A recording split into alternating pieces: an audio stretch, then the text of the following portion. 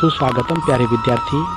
मैं आपका हिंदी अध्यापक संजीव कुमार तहे दिल से आप लोगों का स्वागत करता हूँ। गोस्वामी तुलसीदास जी के द्वारा लिखी राम विभीषण मिलन। तो प्यारे विद्यार्थी, पिछले क्लास में हमने राम विभीषण मिलन का एक दोहा और चौपाई पढ़ चुके हैं। तो आगे चलते हैं।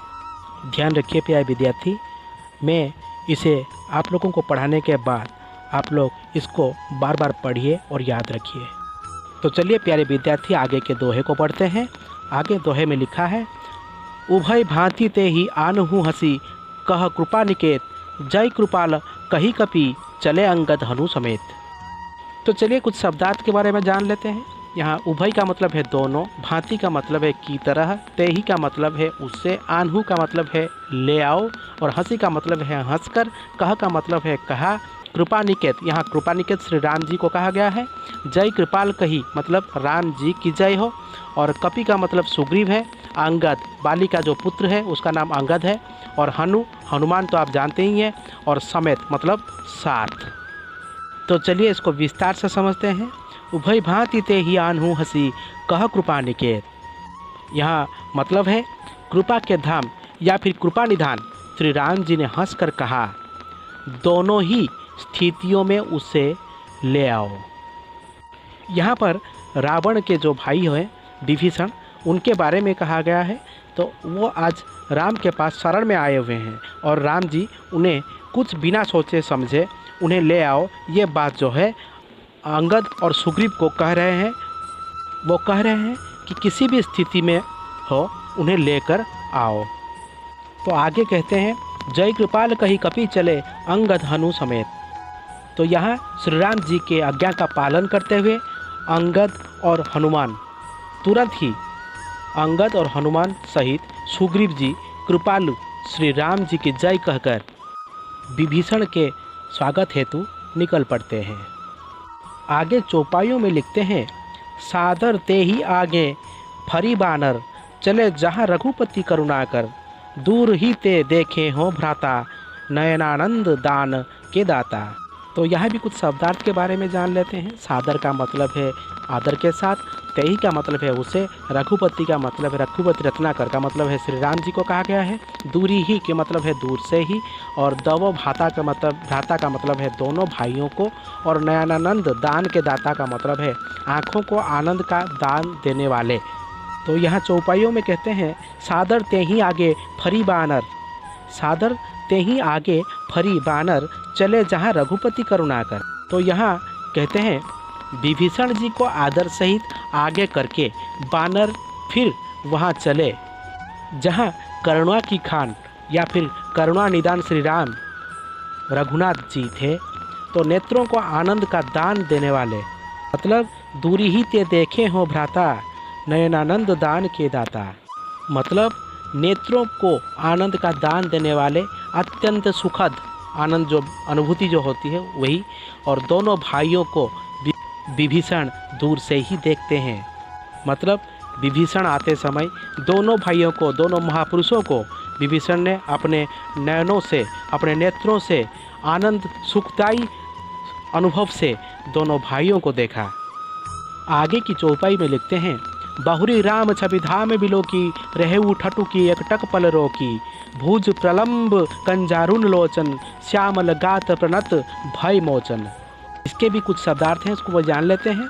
जैसे कि बहुरी मतलब फिर, छवि धाम मतलब शोभा के धाम, और बिलोकी का मतलब देखकर, ठटुकी का मतलब ठिठक कर, एकटक का मतलब निर्निमेष बिना पलक गिराए, मतलब बिना पलक झपकाए देखना, और पल का मतलब है क्षण, भुज का मतलब है बाहु, और प्रलंब का मतलब है विशाल बाहु, और कंजारुन का मतलब है लाल कमल, लोचन का मतलब है नेत्र, और श्यामल का मतलब है सांवला रंग, और गात का मतलब है शरीर, प्रणत का मतलब है शरणागत। तो चलिए आगे इसको समझते हैं।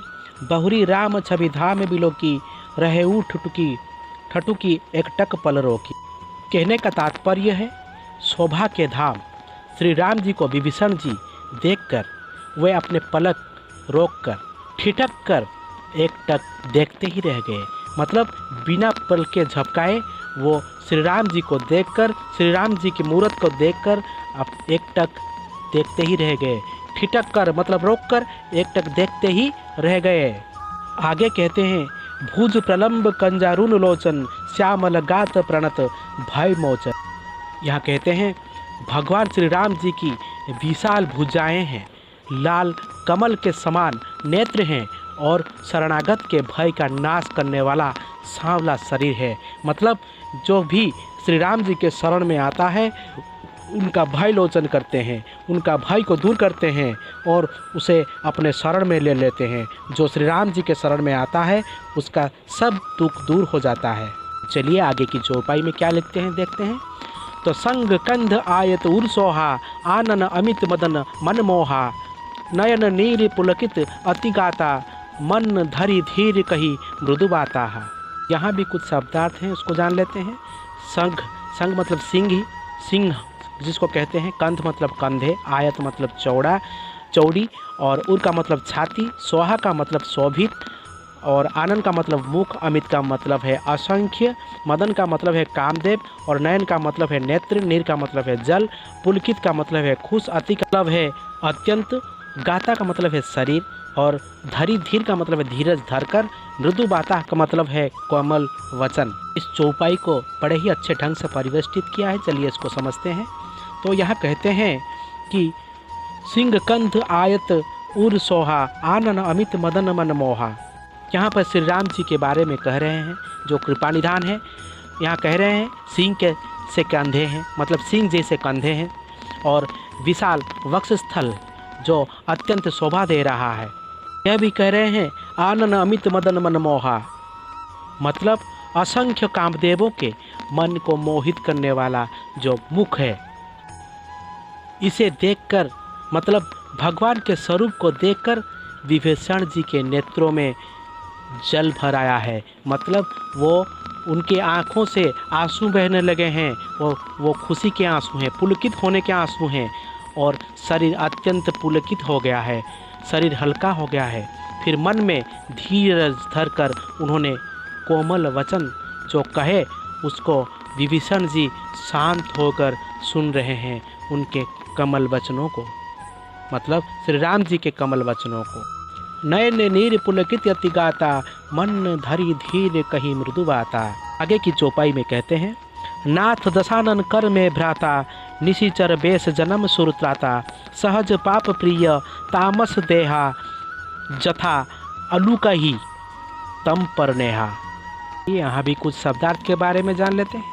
नाथ का मतलब है प्रभु, दशानन मतलब यहाँ रावण को कहा जाता है, ये तो आप लोग जानते हैं। भ्राता मतलब भाई, निशिचर मतलब राक्षस को कहा जाता है, वंश मतलब कुल को कहा जाता है, जन्म मतलब जन्म, सुरत्राता मतलब देवताओं के रक्षक जो होते हैं वो सुरत्राता है, और पाप प्रिय मतलब पाप प्रिय जो जिसको पाप प्रिय है, और तामस का मतलब जो राक्षसी जो होता है इसको तामस कहते हैं। देहा मतलब शरीर, जथा मतलब जैसे, उनका ही मतलब उल्लू, और तम का मतलब है अंधकार और नेहा का मतलब है स्नेह।